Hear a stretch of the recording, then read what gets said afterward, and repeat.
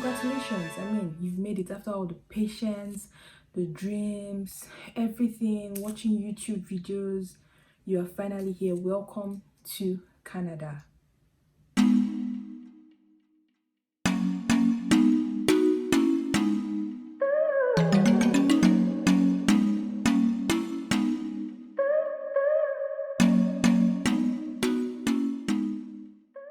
Hi guys, welcome back again to my channel. It is me, iammeeneh, your favorite YouTuber, and I'm so glad to be back on your screens. I know, long time no sit down and talk video, but here I am, back to give you guys information like I have always been doing. So please do not forget to subscribe to this channel and stay tuned till the end. Watch every minute of this video because it matters. Thank you. Before I continue this video, I would like to state that everything that's going to be said in this video is based off of my experience here in Canada while I was coming and the things I have learned in Canada.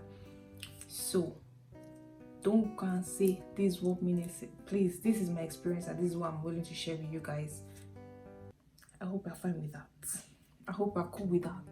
Now, this video is going to be done in sequences. By sequences, I mean it's going to be done like from as soon as you arrive at the airport, things you should do as you go, like that, until we get to the end of this video. I hope you understand that. Now, if you are definitely, you're definitely going to be coming to Canada with flights. If you are using boats, my dear, I don't have a solution to your problem. But yeah, for those of you who are going to be arriving in Canada with flights, the first thing you should do is to print your immigration documents. Yes, by immigration documents, I mean your study permit or your work permit. Now, one thing people do is mistake the visas for their study permits. Now, this is something that I don't know why that confusion is there, but these are two different things on their own. The visa is what's stamped on your international passport, and then the study permit is a entirely different document given to you, and these two documents work hand in hand. Now, this is something that the immigration officers, in fact, is their job. So it's very important to them, but I'm just letting you know so that when this is happening to you or when you're going through the process, you're not taken unawares, you're not caught unawares. Now, during this process, the immigration officer would either ask you for a document from your school, nothing too serious, probably an admission letter, something to show that you're a student of the school or you have applied to the school and that's the school you're actually going to go to when you get to your final destination, or something that relates to your job if it's for a work permit. So don't be too scared to say, oh, to face an immigration officer, they're not going to bite you. It's nothing too serious. And those are documents that they will ask for before they give you your study permit. Now, the second thing you should get as soon as you arrive in Canada is your social insurance number. This number is very important if you intend to work in Canada while schooling as an international student. This number can be gotten at any Service Canada located near you. The only documents you need for this are your international passport and your study permit. Those are the only documents you need. And you just go to the office, 10 minutes, less than 10 minutes, 10 minutes max, you're done. In some cases, for me, it took over a month, to get my social insurance number. I tried different methods, all the methods, online, mail, in person, everything. It was just going different ways. It was not working. But last I got it. But most people get theirs in less than 10 minutes, 10-15 minutes, they are done. Just go to any Service Canada located near you, make use of Google, search Service Canada near me, and Google will direct you to Service Canada offices located near you that could help you with your SIN. And do not forget to be there in time. I think they close by like 4 p.m. So even if you're on the queue and it's like past 4 or it's 4 p.m, they won't say, oh, we have attended, these people are already here, they're already here before 4 p.m, so we'll attend to them. No, they will tell you to go and come back tomorrow.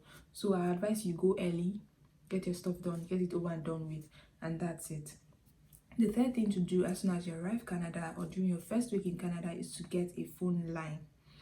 Now, there are most people at the airport who like sell these phone lines and stuff like that, but I would not advise anyone to do that, as you will not get any great deals or great phone line deals from these people.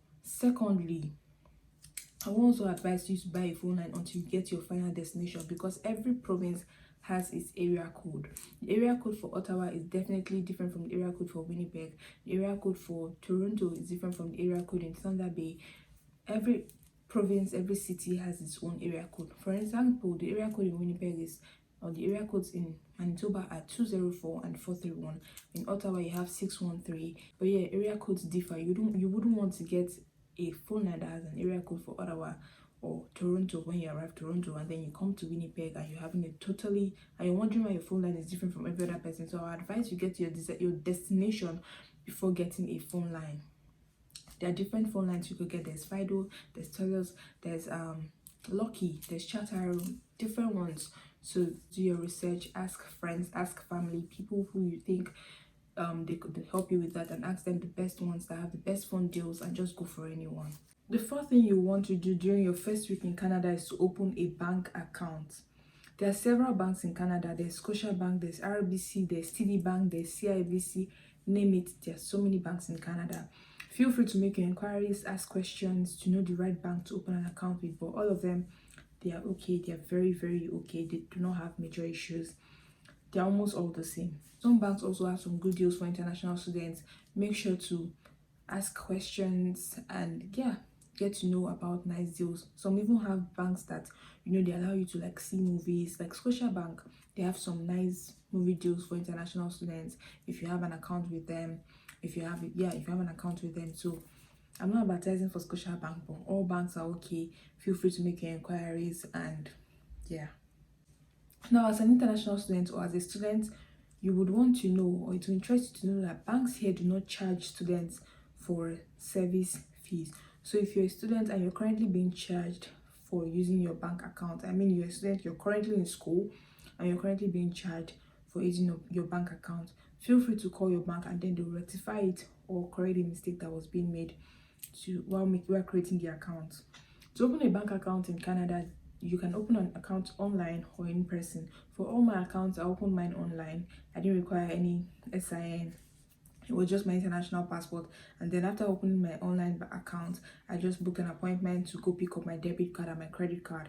So if you decide to go in person, please do not forget to carry your international passport, your social insurance number, your study permit, and the photo ID. That may not be necessary, but it's better you have it just in case. It is important to have your debit card. Obviously, you're going to need it very well. And also your credit card if you intend to stay in Canada for a long time. If you do not intend to stay in Canada, it's not necessary. It can be optional for you. But if you intend to stay in Canada, after you're done schooling, it's important that you get a credit card so you can start building your credit score as early as you can. So in future, you're able to buy your cars, your houses if you need to use your credit card. It makes it easier for you. It makes stuff easier for you. As a local business owner in Canada, I know what it means to want to put your brand out there, for you to want to be noticed by people. I understand. Stress no more. Me, I have brought a solution to your problem. Now, it is my pleasure to let you know that this video is sponsored by Hubble. Hubble is a platform that lets you earn extra cash for your home-based services. Did you hear me? Extra cash for your home-based services. Now, let me tell you something. These people offer free listing and bookings. They allow you collect payment up front. And another thing that they do for you, they inform you of services that are in your area by distance. If it's by 50 kilometers, they will tell you. If it's by 25 kilometers, they will tell you. So if you're a caterer, you're a hairdresser, a makeup artist, event planner, photographer, anything, what are you waiting for? Hurry now to Hubble Marketplace.ca to post your free listing today. And don't forget, tell them iammeeneh sent you. The fifth thing you want to do in Canada as soon as you arrive or during your first week is to get an accommodation. I know most people will want to get an accommodation before they arrive in Canada, which is a very good idea, and I will do a video on that very soon. But if you're able to get an accommodation before arriving in Canada, what you should do is rent an Airbnb for a week or two, and then you could actually have the opportunity to look for accommodation. It's not easy to get accommodations in Canada, and then it takes a lot. Getting an accommodation is one thing you want to do during your first week. It also helps you to explore the city, get to know places and stuff like that. So yeah, you should focus on getting an accommodation as soon as you arrive so that you don't end up burning all the money you've brought in on an Airbnb, stuff like, or a hotel. The next thing you want to do during your first week in Canada is to get a bus pass. Now in Winnipeg or in Canada, transportation is very important, especially if you didn't come in with your driver's license or you do not have any plans of getting a car as soon as you arrive. It's important to know that you need to get your bus pass. Yeah, bus tickets can be gotten, but then they're like more like a temporary solution to your transportation fare compared to a bus pass. In Winnipeg, we call it the Pego card. It's like a rechargeable, it's like a small card that is rechargeable. And I know in Ontario it's called the Presto card, something like that. But here in Winnipeg, it's called the Pego card, like I mentioned earlier, and you can recharge it in any 7-Eleven store, Shoppers Drug Mart store around you. You can even get the cards from there. But some schools as well also provide transportation passes for their students. Like the University of Manitoba calls it the U Pass.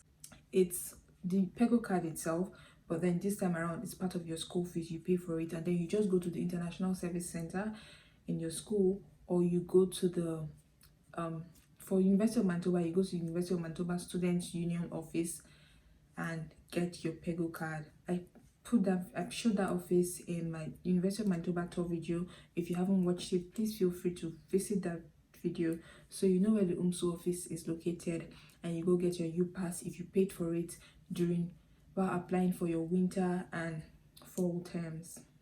One thing you must also do during your first week in Canada is to explore and socialize. By explore, I mean take a walk, tour your city. If you haven't resumed school, get to know your school environment. Just get to look around, visit downtown, but be careful while visiting downtown. Keep your eyes open. Don't be too caught up with the excitement of looking around and then you forget where you are. Be careful. But yeah, explore, visit places. You don't have to spend money. You can window shop. You can do any stuff. Explore, meet people, socialize, as you will need people in this Canada, especially if you're not coming with family or friends, or you don't know anyone before coming into Canada. It can be very lonely at times. So it's important that you meet people, socialize. Those small gatherings, it's going to mean a whole lot to you, because Canada can be very lonely. So I advise that you make friends, visit places, go to your school, take walks. You can actually meet people while working in your school, ask questions, and enjoy your stay in Canada. I hope you enjoyed this video. I hope you learned one or two things from this video. Please do not forget to subscribe to my channel, and I'll see you in my next video. Bye.